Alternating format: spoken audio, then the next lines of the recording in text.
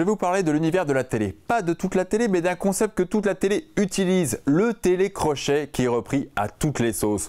On y retrouve du The Voice, de la Starac, de la Nouvelle Star, de la Pop Star et bientôt de la star qui se déguise pour chanter après avoir fait un pas de danse ou même un splash. Si on nous resserre ce plat, c'est qu'il séduit, mais à qui il plaît vraiment? Après plus de 10 ans, on peut en conclure qu'il ne séduit que le public. Il attire les candidats pour participer au casting, aux émissions, mais la digestion est difficile car la désillusion est quasiment toujours au rendez-vous. Bientôt, les candidats auront plus de chances de gagner au loto plutôt que de faire carrière après un télécrochet. Bon, si vous voulez, on peut compter le nombre de candidats qui ont réussi à faire une carrière après un télécrochet.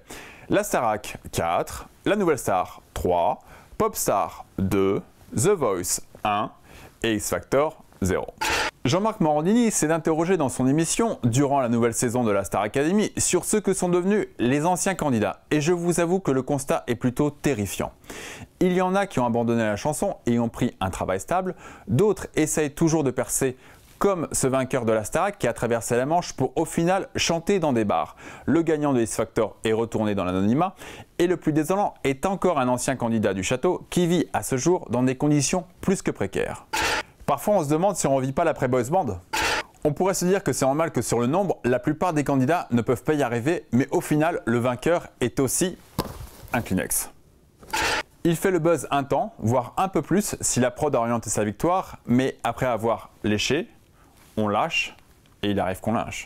Il faudrait vraiment que les candidats soient préparés et suivis en cas d'échec. On vient d'assister à une nouvelle saison de la Nouvelle Star sur D8 et à la victoire favorisée de Sophie Tite. Il serait dommage que cette jeune chanteuse n'ait pas le temps de réussir dans le milieu de la chanson, même si sa victoire est discutable, on ne peut lui enlever son talent. Ces derniers temps, on a vu certains candidats dans The Voice venir tenter leur chance pour réussir dans la chanson, mais aussi pour faire oublier un nom. Jean-Marc Morandini a posé la question dans son émission « Est-ce que être enfant d'eux, ça aide ?» À la grande surprise, les téléspectateurs ont répondu oui. Et bien nous aussi Jean-Marc, on te répond oui, ça aide. Ça n'aide pas dans le talent, mais en revanche, ça aide dans les connexions. Si vous allez tenter votre chance dans un télécrochet, vous savez ce qui vous attend.